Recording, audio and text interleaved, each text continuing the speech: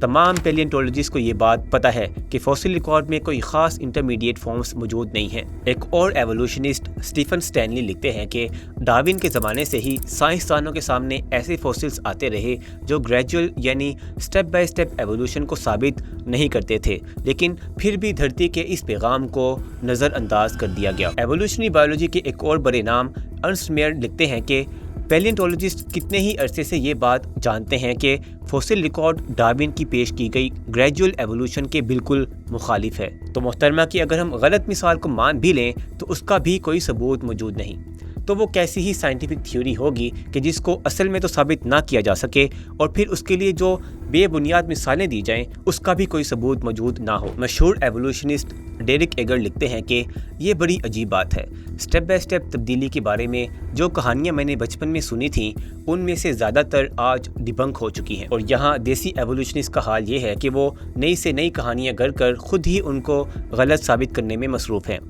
Gradual evolution کے بارے میں مشہور ایوولوشنسٹ نائلز ایلڈریج لکھتے ہیں کہ ہم پیلینٹولوجسٹ دنیا کو یہی بتاتے رہے کہ فوسل ریکارڈ اس ایوولوشن کو ثابت کرتا ہے، حالانکہ ہمیں پتہ تھا کہ ایسا نہیں ہے، وگرنہ شہر میں غالب کی آبرو کیا ہے۔ اب یہ تو کلیئر ہو گیا کہ محترمہ نے جو آپ کی آنکھوں کے سامنے ایوولوشن کا کرشمہ دکھایا ہے، اپنی اسکرین پر آپ ایوولوشن کا کرشمہ ملاحظہ کر رہے ہیں، تو اس کا تو کوئی ثبوت موجود نہیں ہے، لیکن ایوولوشنسٹ پتہ ہے اس کی کیا ایکسپلینیشن دیتے ہیں؟ وہ یہ کہتے ہیں کہ یہ نظریہ تو ٹھیک ہے اور ارتقا بھی اسی طریقے سے ہوا، لیکن اصل میں فوسل ریکارڈ انکمپلیٹ ہے، جس کی وجہ سے ہمارے پاس وہ سارے انٹرمیڈیٹ فوسلز زمین میں پریزرو نہیں ہو سکے۔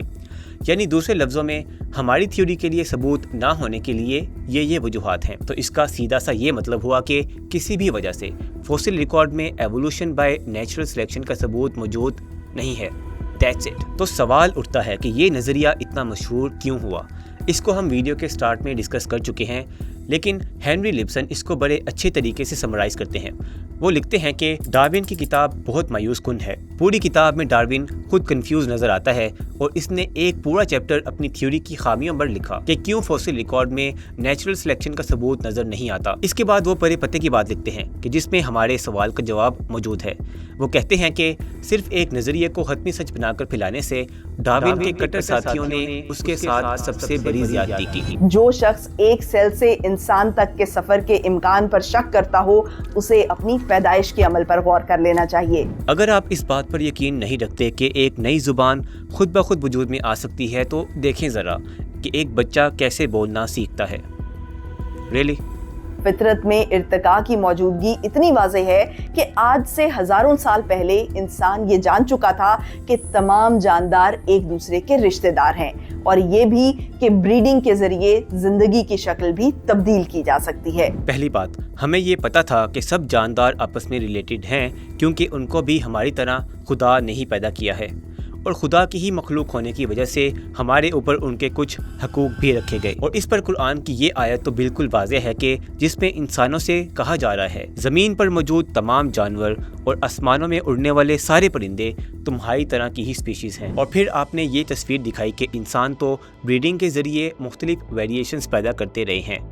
یہ ایک لاجیکل فیلیسی ہے جس کو کہتے ہیں فالس ایکویولنس۔ یہ ایسا ہی ہے کہ میں کہوں کہ شعیب اختر نے پریکٹس کر کے 160 کلومیٹر فی گھنٹہ کی رفتار سے گیند کروائی، لیکن اگر وہ مزید پریکٹس کرتا تو 1000 کلومیٹر فی گھنٹہ کی رفتار تک پہنچ سکتا تھا، جو کہ ظاہر ہے ناممکن ہے۔ اسی طرح سلیکٹیو بریڈنگ کی مثالیں دے کر ڈارونین ایوولوشن کو ثابت کرنا مس لیڈنگ ہے، اور یہ بات ایوولوشنسٹ کو پتہ ہے کہ یہ دو ڈیفرنٹ چیزیں ہیں۔ جانوروں میں جتنی بھی ورائٹیز ہیں اس کو دیکھ کر آپ یہ کیوں امیجن کرتے ہیں کہ اس طرح کی تبدیلیوں کے ذریعے تمام مخلوقات ایک سنگل سیل سے ایوولو ہوئی ہیں؟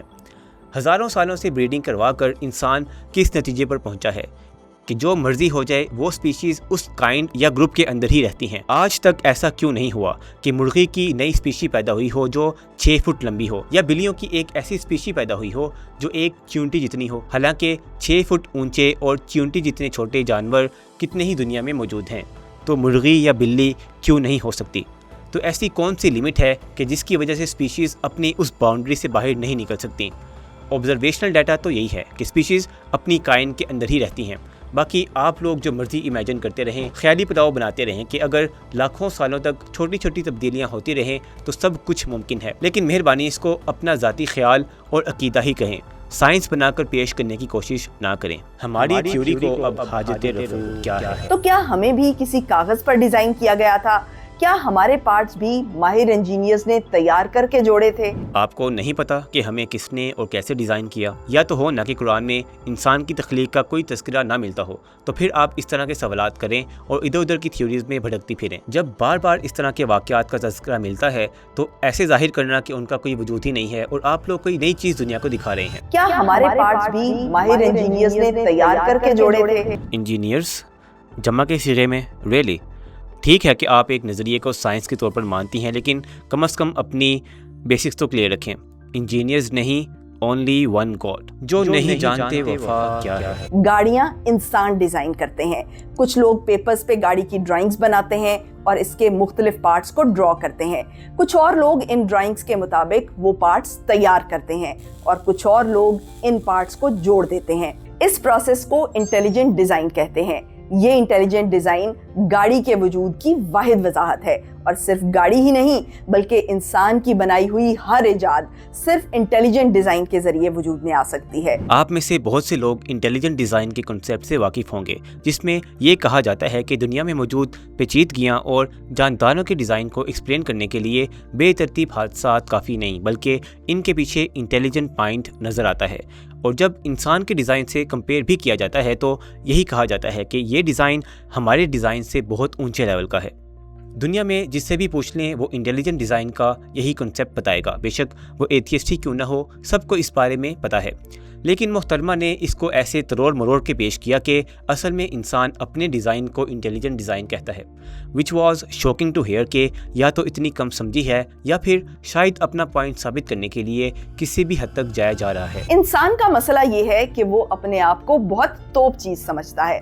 وہ سمجھتا ہے کہ جس انداز سے وہ چیزیں بناتا ہے وہ انداز تخلیق کی معراج ہے، اسی لیے اپنے تخلیقی عمل کو وہ انٹیلیجنٹ ڈیزائن کہتا ہے اور ایوولوشن کو انٹیلیجنٹ ڈیزائن کی نسبت گھٹیا پروسیس سمجھتا ہے۔ آف کورس ہم ایوولوشن کو ایک گھٹیا پروسیس سمجھتے ہیں اور انٹیلیجنٹ ڈیزائن کے مقابلے میں نہیں، بلکہ اگر ہم اس کو 100% ٹھیک بھی مانتے تب بھی یہ بالاتفاق ایک گھٹیا پروسیس ہے کہ جس کی وجہ سے زندہ جانداروں میں کروڑوں سالوں تک میوٹیشنز ایڈ ہوتی رہیں اور وہ وقت کے ساتھ ایکسٹنکٹ ہوتے رہے اور بالآخر لاکھوں سپیشیز کو اپنی جان کے نذرانے پیش کرنے پڑے اور پھر کہیں جا کر انسان منظر عام پر آیا اور ایوولوشنسٹ اس پر بھی خوش نہیں تھے اور انسانوں میں بھی درجہ بندی شروع کر دی کہ وائٹ یورپین سب سے بہتر ہیں اور باقی ان سے کم تر۔ ایون چارلز ڈارون جب اپنے مشہور سفر پر گیا تو مقامی لوگوں کو حقیر سمجھتا تھا اور نیٹو امریکنز کو یورپین سے کم تر سمجھتا تھا، اور چونکہ اس تھیوری کی بنیاد ہی ریسزم پر ہے تو جیسے جیسے یہ دنیا میں پھیلتی گئی، شاید اتفاق سے ہی